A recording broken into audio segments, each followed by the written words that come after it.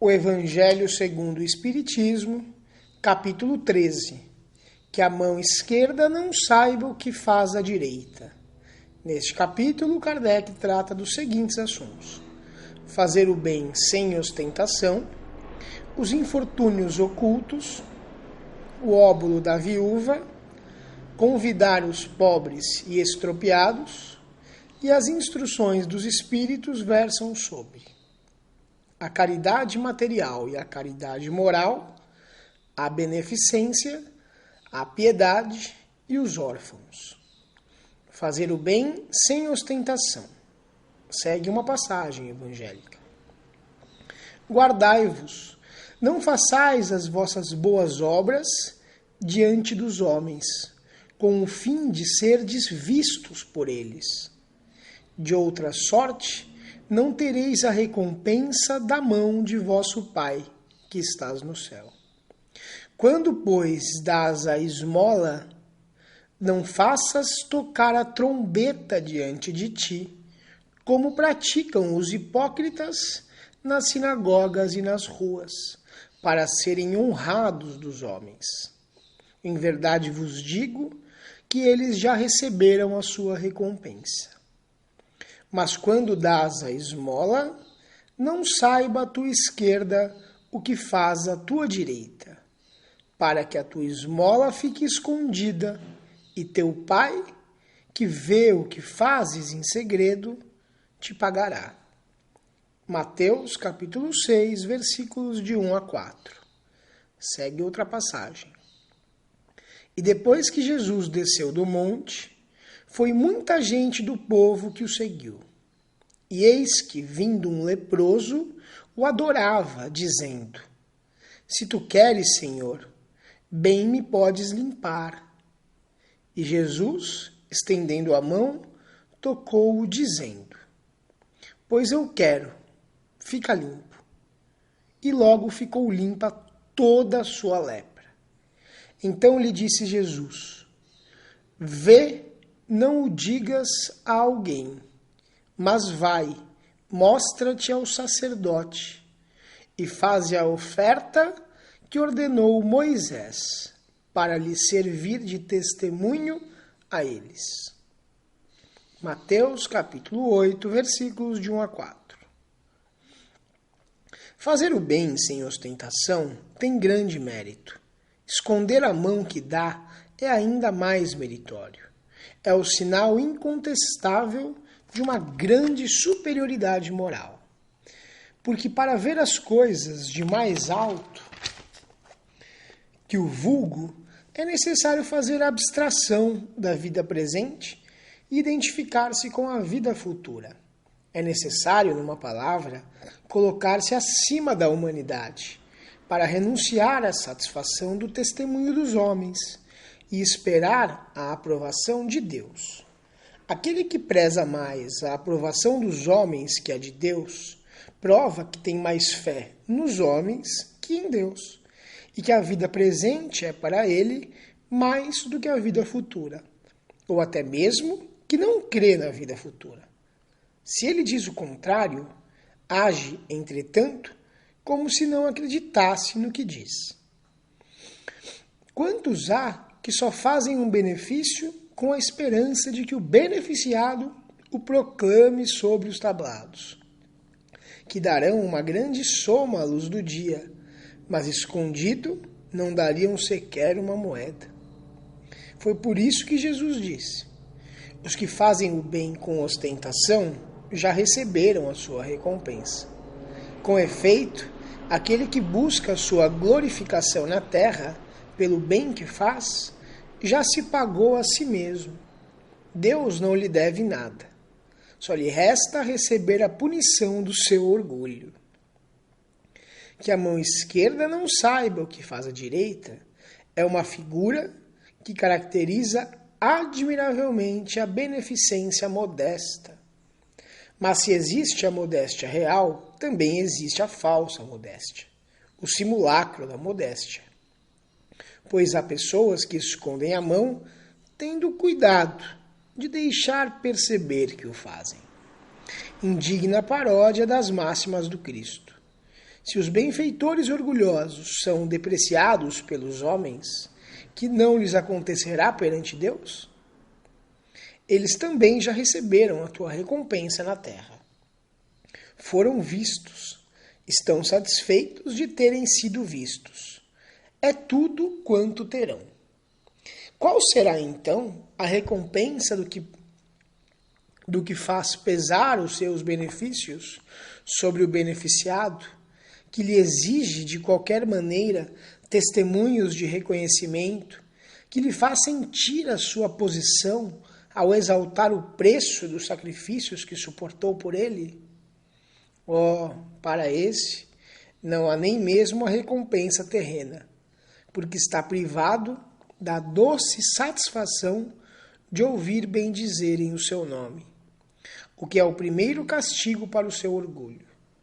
As lágrimas que estanca em proveito da sua vaidade, em lugar de subirem ao céu, recaem sobre o coração do aflito para ulcerá-lo. O bem que faz não lhe aproveita, desde que o censura, porque todo benefício exprobado é moeda alterada que perdeu o valor. O benefício sem ostentação tem duplo mérito.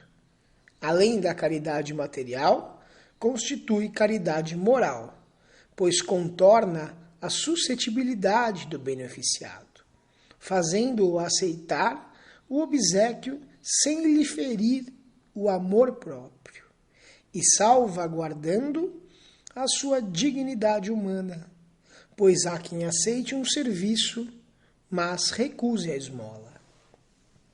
Converter um serviço em esmola pela maneira por que é prestado é humilhar o que recebe. E há sempre orgulho e maldade em humilhar alguém.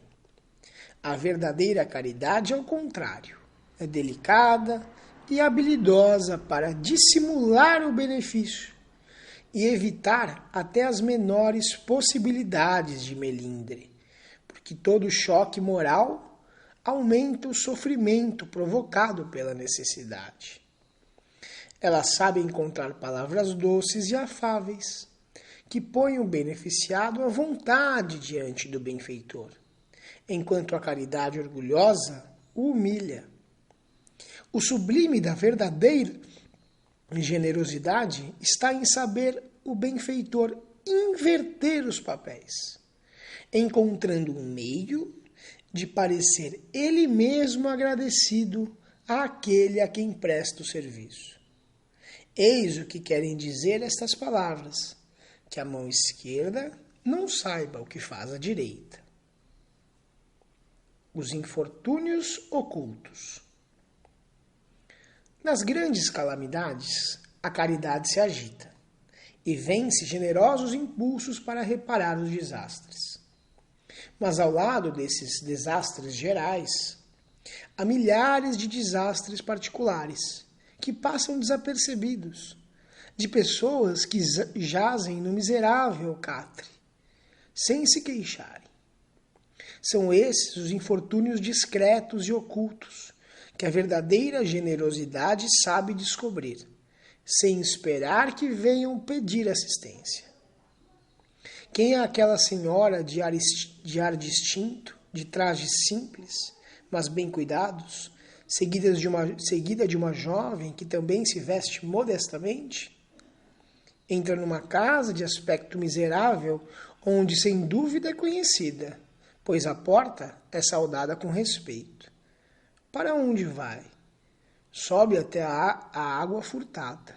Lá vive uma mãe de família, rodeada pelos filhos pequenos. À sua chegada, a alegria brilha naqueles rostos emagrecidos. É que ela vem acalmar todas as suas dores.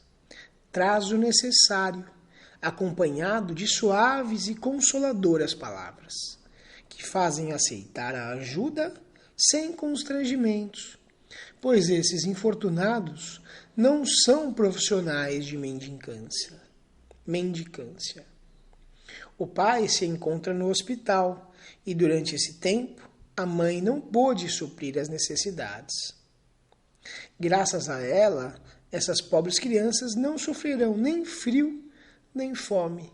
Irão à escola suficientemente agasalhadas e no seio da mãe não faltará o leite para os menorzinhos. Se uma entre elas adoece, não lhe repugnará prestar-lhe os cuidados materiais. Dali seguirá para o hospital, levar ao pai algum consolo e tranquilizá-lo quanto à sorte da família. Na esquina, uma carruagem à espera, verdadeiro depósito de tudo o que vai levar aos protegidos, que visita sucessivamente. Não lhes pergunta pela crença nem pelas opiniões, porque para ela todos os homens são irmãos e filhos de Deus. Fim da visita, ela diz a si mesma: comecei bem o meu dia. Qual é o seu nome? Onde mora? Ninguém sabe. Para os infelizes, tem um nome que não revela a ninguém, mas é o anjo da consolação. E à noite, um concerto de bênçãos se eleva por ela ao Criador. Católicos, judeus, protestantes, todos a bendizem. Por que se veste tão simplesmente? Para não ferir a miséria com o seu luxo. Por que se faz acompanhar da filha adolescente? Para lhe ensinar como se deve praticar a beneficência. A filha também quer fazer a caridade, mas a mãe lhe diz: que podes dar, minha filha, se nada tens de teu? Se te entrego alguma coisa para dares aos outros, que mérito terás? Serei eu, na verdade, quem farei a caridade, e tu quem terás o mérito? Isso não é justo. Quando formos visitar os doentes, ajudar-me-ás a cuidar deles, pois dar-lhes cuidados é dar alguma coisa. Isso não te parece suficiente? Nada mais simples. Aprende a fazer costuras úteis, e assim confeccionarás roupinhas para essas crianças, podendo dar-lhes alguma coisa de ti mesma. É assim que esta mãe verdadeiramente cristã vai formando sua filha na prática das virtudes ensinadas pelo Cristo. É espírita? Que importa? Para o meio em que vive, é a mulher do mundo, pois sua posição o exige, mas ignoram o que ela faz, mesmo porque não lhe interessa outra aprovação que a de Deus e da sua própria consciência. Um dia, porém, uma circunstância imprevista leva à sua casa uma de suas protegidas, para lhe oferecer trabalhos manuais. Psiu, disse ela, não contes a ninguém. Assim falava Jesus. Linda história. O óbolo da viúva. Segue uma passagem evangélica. E estando Jesus assentado defronte, donde era o gasofilácio, observava ele de que modo deitava o povo ali o seu dinheiro. E muitos, que eram ricos, deitavam com mão larga. E tendo chegado uma pobre viúva, lançou 2 pequenas moedas, que importavam R$1. E convocando seus discípulos, lhes disse: na verdade vos digo, que mais deitou esta pobre viúva do que todos os outros que deitaram no gasofilácio. Porque todos os outros deitaram do que tinham na sua abundância. Porém, esta deitou da sua mesma indulgência tudo o que tinha, e tudo o que lhe restava para o seu sustento. Está em Marcos, capítulo 12, versículos 41 a 44, Lucas, capítulo 21, versículos 1 a 4. Muita gente lamenta não poder fazer todo o bem que desejaria, por falta de recursos, E se querem a fortuna, dizem, é para bem aplicá-la. A intenção é louvável, sem dúvida, e pode ser muito sincera da parte de alguns. Mas o seria da parte de todos, assim completamente desinteressados? Não haverá os que, inteiramente empenhados em beneficiar os outros, se sentirão bem de começar por si mesmos, concedendo-se mais algumas satisfações, um pouco mais do supérfluo que, ora, não tem para dar aos pobres apenas o resto? Esse pensamento oculto, talvez dissimulado, mas que encontrariam no fundo do coração, se o sondassem, anula o mérito da intenção, pois a verdadeira caridade faz antes pensar nos outros que em si mesmo.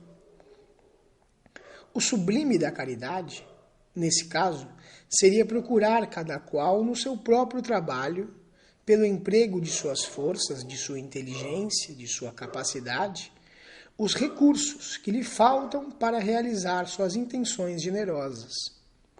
Nisso estaria o sacrifício mais agradável ao Senhor. Mas, infelizmente, a maioria sonha com os meios mais fáceis de se enriquecer. De um golpe e sem sacrifícios, correndo atrás de quimeras, como a descoberta de tesouros, uma oportunidade favorável, o recebimento de heranças inesperadas e assim por diante. Quer dizer, dos que esperam encontrar, para o secundar nessas buscas, auxiliares entre os espíritos? É evidente que eles nem conhecem, nem compreendem o sagrado objetivo do Espiritismo, e menos ainda a missão dos espíritos, os quais Deus permite comunicarem-se com os homens. Mas justamente por isso são punidos pelas decepções. Aqueles cuja intenção é desprovida de qualquer interesse pessoal devem consolar-se de sua impotência para fazer o bem que desejariam, lembrando que o óbolo do pobre, que o tira da sua própria privação, pesa mais na balança de Deus que o ouro do rico, que dá sem privar-se de nada. Seria grande a satisfação, sem dúvida, de poder socorrer largamente a indigência. Mas se isso é impossível, é necessário submeter-se a fazer o que se pode. Aliás, não é somente com o ouro que se podem enxugar as lágrimas, e não devemos ficar inativos por não o possuirmos. Aquele que deseja sinceramente tornar-se útil para seus irmãos, encontra 1000 ocasiões de fazê-lo. Que as procure e as encontrará. Se não for de uma maneira, será de outra, pois não há uma só pessoa, no livre gozo de suas faculdades, que não possa prestar algum serviço, dar uma consolação, amenizar um sofrimento físico ou moral, tomar uma providência útil. Na falta de dinheiro, não dispõe cada qual do seu esforço, do seu tempo, do seu repouso, para oferecer um pouco aos outros? Isso também é a esmola do pobre, o óbolo da viúva. Convidar os pobres e estropiados. Segue uma passagem evangélica. Dizia mais ainda ao que tinha convidado: quando deres algum jantar ou alguma ceia, não chames nem teus amigos, nem teus irmãos, nem teus parentes, nem teus vizinhos que forem ricos, para que não aconteça que também eles te convidem à sua vez e te paguem com isso. Mas quando deres algum banquete, convida os pobres, os aleijados, os coxos e os cegos, e serás bem-aventurado, porque esses não têm com o que retribuir, mas ser-te-á isso retribuído na ressurreição dos justos. Tendo ouvido essas coisas, um dos que estavam à mesa disse para Jesus: Bem-aventurado o que comer o pão no reino de Deus. Lucas, capítulo 14, versículos 12 a 15. Quando fizeres um banquete, disse Jesus, não convides os teus amigos, mas os pobres e estropiados. Essas palavras, absurdas se a tomarmos ao pé da letra, são sublimes quando procuramos entender-lhes o espírito. Jesus não poderia ter querido dizer que, em lugar dos amigos, fosse necessário reunir à mesa os mendigos da rua. Sua linguagem era quase sempre figurada, e para os homens incapazes de compreender os tons mais delicados do pensamento, precisava usar imagens fortes, que produzissem o efeito de cores berrantes. O fundo de seu pensamento se revela por estas palavras: e serás bem-aventurado, porque esses não têm com que te retribuir. O que vale dizer que não se deve fazer o bem com vistas à retribuição, mas pelo simples prazer de fazê-lo. Para tornar clara a comparação, disse: convida os pobres para o teu banquete, pois sabes que eles não podem te retribuir. E por banquete é necessário entender não propriamente a refeição, mas a participação na abundância de que desfrutas. Essas palavras podem também ser aplicadas em sentido mais literal. Quantos só convidam para sua mesa os que podem, como dizem, honrá-los ou retribuir-lhes o convite? Outros, pelo contrário, ficam satisfeitos de receber parentes ou amigos menos afortunados, que todos possuem.